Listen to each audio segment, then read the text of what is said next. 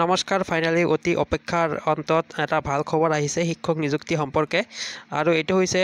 যি TET cum recruitment test অসমত অনুষ্ঠিত হৈ গৈছিলে তাৰ গ্ৰেজুৱেট টিচাৰ সকলৰ ৰিজাল্টৰ দিন ঘোষণা কৰা হৈছে আৰু আপোনালোকে জানে পোষ্ট গ্ৰেজুৱেট টিচাৰ সকলৰ ৰিজাল্ট ইতিমধ্যে ঘোষণা কৰিছে তো এতিয়া বাকি আছিল গ্ৰেজুৱেট টিচাৰ সকলৰ ৰিজাল্ট কেতিয়া দিব তো সেই সম্পৰ্কে ডিএসসি অৰ্থাৎ ডাইৰেক্টৰ অফ সেকেন্ডাৰী এডুকেশ্যন ফালৰ পৰা এটা অফিচিয়েলি নোটিছ ইস্যু কৰিছে আৰু এই নোটিছ হিচাপে কোন তাৰিখে আপোনালোকৰ ৰিজাল্ট দিব আৰু আপোনালোকৰ ডকুমেণ্ট ভেৰিফিকেশ্যনখিনি কেতিয়া কৰিব এইখিনি সম্পৰ্কে ইয়াতে লিখা আছে তো মই যদি চাওঁ অলপ যদি পঢ়ো এইখিনি ইয়াতে মই চাবলৈ পাৰিম it is hereby inform to all the concern regarding TET cum recruitment examination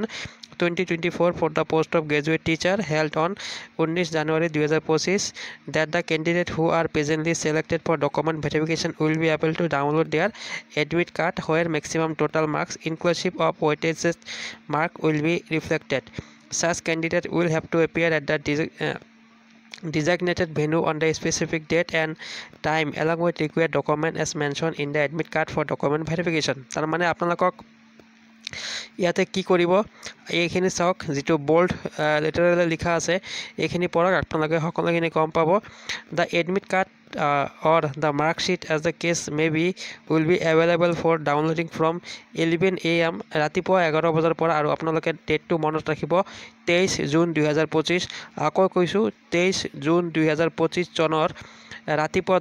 ৰাতিপুৱা 11 বজাত আপোনালোকৰ গ্ৰেজুৱেট টিচাৰৰ যি টেট কাম ৰিক্ৰুটমেণ্ট টেষ্ট অনুষ্ঠিত হৈছিল তাৰ ৰিজাল্ট ঘোষণা কৰা হ'ব আৰু তাতে আপোনালোকে এটা এডমিট কাৰ্ড লাভ কৰিব পাৰিব আৰু এই এডমিট কাৰ্ডত লিখা থাকিব আপোনালোকৰ ডকুমেণ্ট ভেৰিফিকেশ্যন ক'ত হ'ব আৰু আপোনালোকৰ কিমান মাৰ্ক আছে আৰু আপোনালোকে কোৱালিফাই কৰিছে নে নাই সেইখিনি এই মাৰ্কশ্বিটত লিখা থাকিব বা আপোনালোকৰ এডমিট কাৰ্ডত লিখা থাকিব আৰু এইটো আপোনালোকে যি অফিচিয়েল ওয়েবসাইট আছে www.madhyamik.assam.gov.in আৰু আপোনালোকৰ যি এপ্লিকেশ্যন নাম্বাৰ আছিলে আৰু যি পাছৱৰ্ড আপোনালোকে এপ্লাই কৰাৰ সময়তে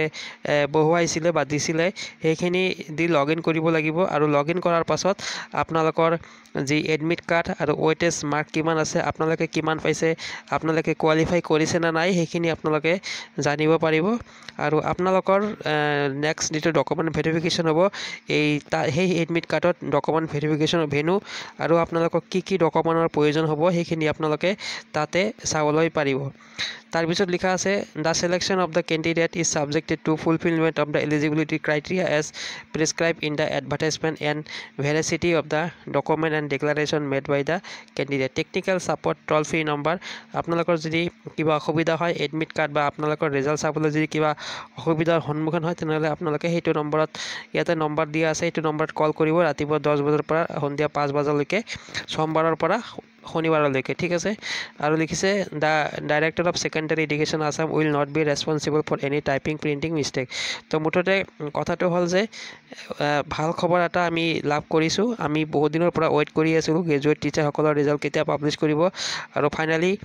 ডিএসসি অৰ্থাৎ ডাইৰেক্টৰ অফ সেকেন্ডাৰী এডুকেশ্যনৰ ফালৰ পৰা অফিচিয়েলি জাননী এটা ইস্যু কৰিছে যাৰ জৰিয়তে আমি গম পালো যে অহা 23 জুন 2025 তাৰিখত ৰাতিপুৱা 11 বজাৰ পৰা আমি ৰিজাল্টখিনি চাবলৈ পাম ঠিক আছে তো এইখিনি ইনফৰমেশ্যন আমি অলপ আগতে আহিছে আৰু এইখিনি আমি আপোনালোকক ভিডিঅ'ৰ জৰিয়তে জনাই দিছো আপোনালোকে যিমান পাৰে সেইটো ভিডিঅ' শ্বেয়াৰ কৰি দিয়ক আৰু মই ভিডিঅ'টি ইয়াতে সামৰিছো ধন্যবাদ